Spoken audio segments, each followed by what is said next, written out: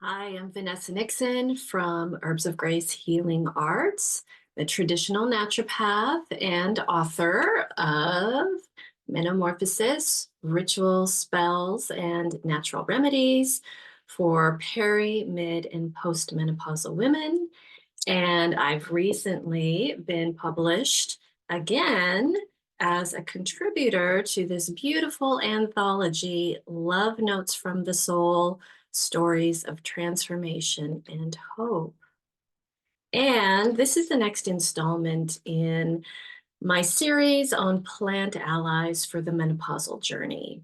And today I want to talk to you about one of my very favorite herbs, although I say that about just about every herb. Um, Plants are kind of like our children. We don't really have a favorite, do we? We love them all in different ways. And today I want to talk to you about the magnificent rose. I just adore rose medicine. I've even done a full workshop on the magic of the rose, and I will link to that workshop in the comments below in case you're interested.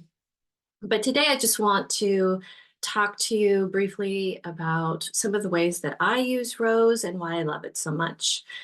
Especially during the menopausal journey, whether that's peri, mid, or post-menopause, rose has some really great medicine for us. And I think of it as one of our best heart herbs. And when I say that, I mean the emotional heart as well as the physical heart. So when I think of rose medicine, I think about the comfort and the nurturing energy that rose brings. So if you've been dealing with some sort of a loss or a grief or heartbreak, rose is one of the first medicines that I think about. It's just got this very, very comforting, nourishing, um, kind of one of those herbs that holds space for our feelings and helps us to process them in an easier way and then be able to release them. So, also thinking about the other kinds of emotions that might emanate from the heart space, depression or anxiety, stress, trauma. These are all things that rose can address. And then looking more at the physical heart, high blood pressure, and heart palpitations. Oftentimes during the menopausal journey, we will get heart palpitations, poor circulation, and hot flashes. These are all things that rose can address. Over the centuries, rose has also kind of gotten the reputation for being a woman's herb.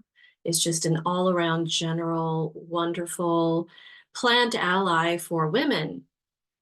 And one of the reasons is because it is a very balancing herb, so it can balance our hormones. It can balance the pH of the skin. It's a really wonderful herb for skincare. So if you have oily skin or dry skin, it can be a balancer, a modulator, and help bring the skin mantle back to balance. It has the qualities of being mucilaginous, which means it brings moisture, but it also is astringent. So it has the qualities of kind of toning the pores. So again, that balance, it can bring either one of those extremes back into focus, back into the middle. And rose has a tremendous amount of nutrients. It's very nutrient dense. When we think about rose medicine, there are a couple of different parts of the plant that we use. And one of them is the rose petals, and the other that we most often see used are the rose hips. The hips of the rose is the fruiting seed pod that forms after the roses bloom. And those are harvested in the fall after the rose petals have dropped. And there are certain varieties of rose that have bigger rose hips than others. And so if you have a variety of rose that has really nice big rose hips, then celebrate that because you have some really wonderful medicine available to you. And those rose hips are full of vitamin C.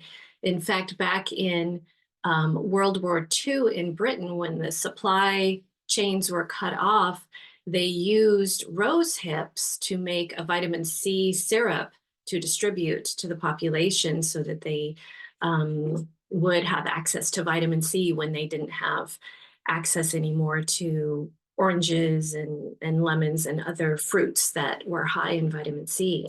So very, very high amounts of vitamin C. Also, high amounts of other vitamins, including vitamin A and B and E and K, as well as other bioflavonoids and pectin. A lot of people use rose hips in their jams and jellies for the pectin content. And the rose petals also have lots of nutrients in them.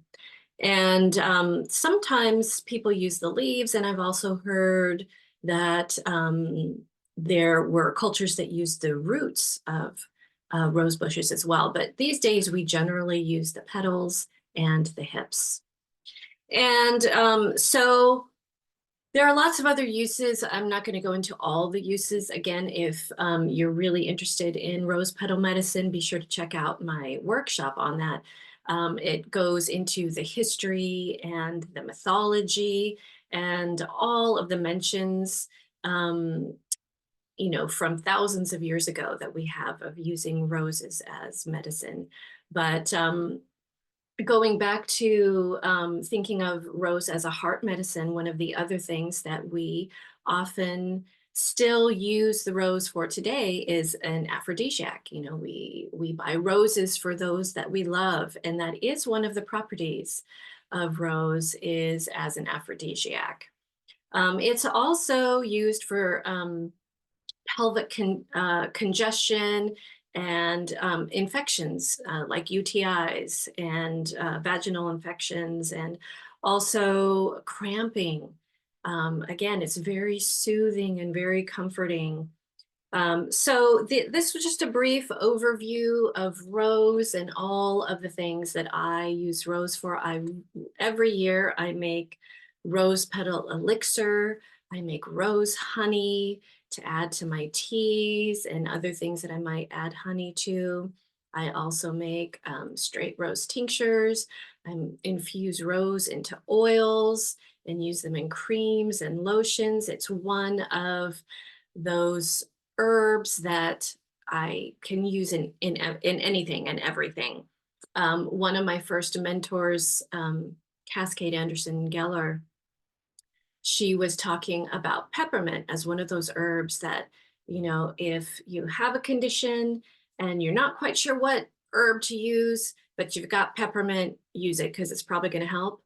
And that's so true. And I also feel the same way about rose. It's one of those herbs that whatever's going on with you, you've got herbs or you've got something like rose available to you, use it, and it's most likely going to benefit you. So if you enjoyed this, please subscribe and like and tell your friends about this series of plant allies for the menopausal journey that I am sharing with you. And until the next time, have a wonderful week and we'll see you soon.